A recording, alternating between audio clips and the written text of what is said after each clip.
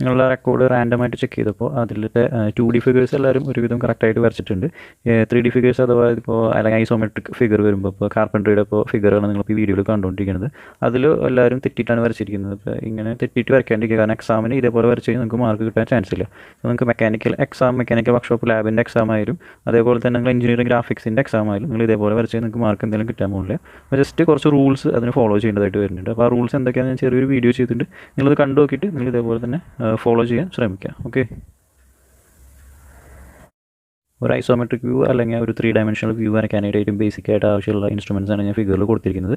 നിങ്ങൾക്ക് ഇതിപ്പോൾ നിങ്ങൾക്ക് ഒരു ഐഡിയ ഉണ്ടെങ്കിൽ തന്നെ നിങ്ങൾക്ക് ഇതില്ലാണ്ടും വരയ്ക്കാം. പക്ഷേ ഇത് ഏറ്റവും ബേസിക് ആയിട്ടുള്ള കാര്യങ്ങളാണ്. അപ്പോൾ ഇത് ജസ്റ്റ് ഇത് വെച്ചിട്ട് വരയ്ക്കാൻ മാക്സിമം ശ്രമിക്കുക. ഓക്കെ, ഒരു ഐസോമെട്രിക് വ്യൂ വരയ്ക്കുമ്പോൾ നമുക്ക് ഏറ്റവും ആദ്യം തന്നെ ബേസ് ലൈൻ വേണം. ബേസ് ലൈനിൽ നമ്മൾ ഒരു പോയിൻ്റ് മാർക്ക് ചെയ്യുക. അതിനുശേഷം പ്രൊട്രാക്ടർ എടുത്തിട്ട് 90 ഡിഗ്രി 30 ഡിഗ്രി രണ്ട് സൈഡിലേക്ക് മാർക്ക് ചെയ്യുക. 30 ഡിഗ്രി രണ്ട് സൈഡിൽ 90 ഡിഗ്രി സ്ട്രൈറ്റ് ആയിട്ട് മാർക്ക് ചെയ്യുക.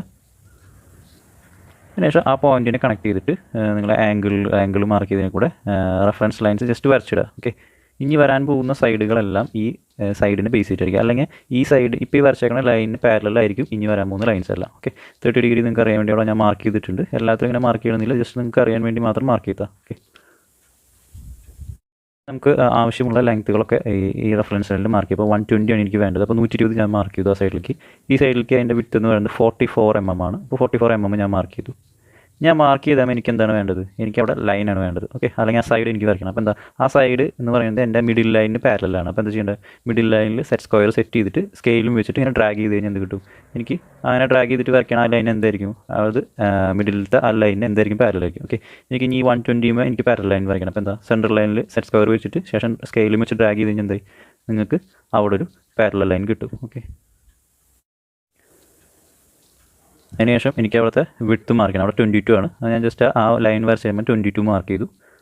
3 സൈഡിൽ ഞാൻ 22 mm മാർക്ക് ചെയ്തതിന് ശേഷം ആ പോയിന്റുകൾ നമ്മൾ എനിക്ക് കണക്ട് ചെയ്താൽ മതി. അപ്പോൾ എന്താ, ഓട്ടോമാറ്റിക്കലി എനിക്ക് ആ സൈഡ് കംപ്ലീറ്റ് ആയിട്ട് കിട്ടും. ഓക്കെ, ഇപ്പോൾ കംപ്ലീറ്റ് ആയിട്ടുണ്ട്. ഇനി എന്താ, എനിക്ക് ഇനി ആ പോയിന്റുകളിൽ ഇതിന് ഇവിടുത്തെ ഈ ലൈൻ പാരലായിട്ട് എനിക്ക് ആ പോയിന്റിന് ഒരു ലൈൻ വേണം. അതൊരു സൈഡാണ്. ഓക്കെ, ഞാൻ ഈ സൈഡ് പാരലാണെന്നുണ്ടെങ്കിൽ പാരലാവേണ്ട സൈഡിൽ ഞാൻ സെറ്റ് സ്ക്വയർ വെച്ചിട്ട് സ്കെയിൽ വെച്ചിട്ട് അതിന് ശേഷം ഡ്രാഗ് ചെയ്താൽ മതി. ഓക്കെ, ജസ്റ്റ് തിന്നായിട്ട് വരച്ചാൽ മതി. നിങ്ങളിപ്പോൾ വരയ്ക്കുന്ന ലൈനുകളെല്ലാം തിന്നായിട്ട് വരയ്ക്കാൻ നോക്കുക. അത് ഞാൻ ഇനീഷ്യലായിട്ട് ഞാൻ ഒരു ഫിഗർ കാണിച്ചിട്ടുള്ളതിൽ നിങ്ങൾ 2 പെൻസിൽ കണ്ടിട്ടുണ്ടായിരുന്നു. ഒന്ന് 2H, ഒന്ന് HB എന്നുണ്ട്. നിങ്ങൾ ഈ തിൻ ലൈൻസൊക്കെ നിങ്ങൾക്ക് 2H ഉപയോഗിച്ച് വരയ്ക്കാവുന്നതാണ്. അതിനുശേഷം ഞാൻ അവിടെ 44 മാർക്ക് ചെയ്തിട്ട് ഇവിടെ നിന്ന് കണക്ട് ചെയ്ത് കഴിഞ്ഞാൽ എന്തായി, ആ ഒരു സൈഡ് കംപ്ലീറ്റ് ആയി. ഓക്കെ, ഇനി എനിക്ക് വേണ്ടത് രണ്ട് സൈഡിൽ നിന്ന് 38 mm ആണ്. അപ്പോൾ ഞാൻ 38 mm മാർക്ക് ചെയ്യാണ്. ഈ സൈഡിൽ നിന്ന് 38 mm മാർക്ക് ചെയ്തു. 4 സൈഡിലും 38 mm മാർക്ക് ചെയ്തതിന് ശേഷം എനിക്ക് ആ ലൈൻസ് അല്ലെങ്കിൽ ആ പോയിന്റുകൾ എനിക്ക് കണക്ട് ചെയ്ത് കഴിഞ്ഞാൽ എന്തായി, എനിക്ക് ആ സൈഡ് കംപ്ലീറ്റ് ആയിട്ട് കിട്ടും. ഓക്കെ, ആ സൈഡ് കംപ്ലീറ്റ് ആയി. ഇനി വേണ്ട എന്താ, എനിക്ക് അടിയിലേക്ക് 2 ലൈൻസ് വേണം. അല്ലെങ്കിൽ അവിടെ സ്ലോട്ട് ഉണ്ട്, ആ സ്ലോട്ടിൻ്റെ ഷേപ്പ് വേണം. ആ സ്ലോട്ടിൻ്റെ ഷേപ്പ് അഥവാ അടിയിലേക്കുള്ള ലൈൻ എന്ന് പറയുന്നത് മിഡിൽ ലൈന് പാരലാണ്. അപ്പോൾ എനിക്ക് അങ്ങനെ വെച്ചിട്ട് ഡ്രാഗ് ചെയ്ത് കഴിഞ്ഞാൽ എന്താ, മിഡിൽ ലൈൻ കിട്ടും. ഓക്കെ, വീണ്ടും ഞാൻ ഡ്രാഗ് ചെയ്ത് വീണ്ടും ആ മിഡിലത്തെ ആ ലൈൻ കിട്ടി. ഓക്കെ, ഇനി എനിക്ക് അതിൻ്റെ ലെങ്ത്ത് മാർക്ക് ചെയ്താൽ മതി. അതിൻ്റെ ലെങ്ത്ത് എന്ന് പറയുന്നത് ഇതിൻ്റെ പകുതിയാണ്. 22ൻ്റെ പകുതി 11ൽ വെച്ചിട്ട് 2 പോയിന്റ് മാർക്ക് ചെയ്തു. ഓക്കെ, എന്നിട്ട് ആ പോയിന്റ് രണ്ടും കൂടിയിട്ട് ജോയിൻറ്റ് ചെയ്യുക. അപ്പോൾ ആ സൈഡ് കംപ്ലീറ്റ് ആയി. ഇനി എനിക്ക് ആ ഉള്ളിലത്തെ ഒരു സ്ലോട്ട് കംപ്ലീറ്റ് ചെയ്യാണ്ട് അതിന് വേണ്ട എന്താ, എനിക്ക് ആ ജോയിൻറ്റുകൾ അല്ലെങ്കിൽ ആ കോർണറുകൾ തമ്മിൽ കണക്ട് ചെയ്താൽ മതി. അപ്പോൾ എന്തായി, ആ കോർണറുകൾ കണക്ട് ചെയ്യണമെന്നുണ്ടെങ്കിൽ ഏത് സൈഡിൽ നിന്നാണ് പാരലാണ് നോക്കുക, ആ സൈഡ് വെച്ചിട്ട് പാരലായിട്ട് ലൈൻസ് വരയ്ക്കുക. എന്നിട്ട് അതിന് അവസാനം കണക്ട് ചെയ്യുക. നിങ്ങൾക്ക് നല്ലോണം ഡ്രോയിങ്ങിൽ എക്സ്പേർട്ട് ആയിട്ടുള്ള ഒരാളാണെന്നുണ്ടെങ്കിൽ ഇങ്ങനെ സെറ്റ് സ്ക്വയറും സ്കെയിലിൻ്റെ ഒന്നും ആവശ്യമില്ല. ജസ്റ്റ് ആ ആംഗിൾ മാർക്ക് ചെയ്താൽ തന്നെ നമുക്ക് ഓട്ടോമാറ്റിക്കലി വരയ്ക്കാൻ പറ്റും. നിങ്ങൾ നല്ല എക്സ്പേർട്ട് ആണെന്നുണ്ടെങ്കിൽ. ഓക്കെ, ഇനിയിപ്പോൾ സപ്പോസ് നിങ്ങളുടെ സെറ്റ് സ്ക്വയർ അഥവാ സ്കെയിൽ കാര്യങ്ങളൊന്നും ഇല്ലയെന്നുണ്ടെങ്കിൽ തന്നെ നിങ്ങൾക്ക് റോളർ സ്കെയിൽ എന്നൊരു സംഭവം വാങ്ങാൻ കിട്ടും. അതിൻ്റെ ഫിഗർ ഞാൻ ഇതിൻ്റെ അവസാനം കൊടുക്കാം. അപ്പോൾ ആ സംഭവം വെച്ചിട്ടായിരുന്നു നിങ്ങൾക്ക് ഈസിയായിട്ട് പാരലൈൻസ് വരയ്ക്കാൻ പറ്റും. നിങ്ങൾക്ക് ഏത് സംഭവം യൂസ് ചെയ്താലും നിങ്ങൾക്ക് പാരലായിട്ട് ലൈൻ വരണം എന്നുള്ള ആ ഒരു റൂള് മാത്രം ഫോളോ ചെയ്യുക. ഓക്കെ, എല്ലാ സൈഡും അങ്ങോട്ടും പാരലായിരിക്കും. ഇതാണ് സംഭവും. അതിൻ്റെ ഫിഗറാണ് ഇപ്പോൾ നിങ്ങൾ കണ്ടുകൊണ്ടിരിക്കുന്നത്, റോളർ സ്കെയിൽ. ഇത് നിങ്ങൾ കണ്ടിട്ടില്ലെങ്കിൽ തന്നെ സാധാ നിങ്ങൾക്ക് ആ സ്കെയിലും പെൻസിലും അഥവാ സെറ്റ് സ്ക്വയർ പ്രൊട്രാക്ടർ വെച്ചിട്ട് നിങ്ങൾക്ക് വരയ്ക്കാവുന്നേ ഉള്ളൂ.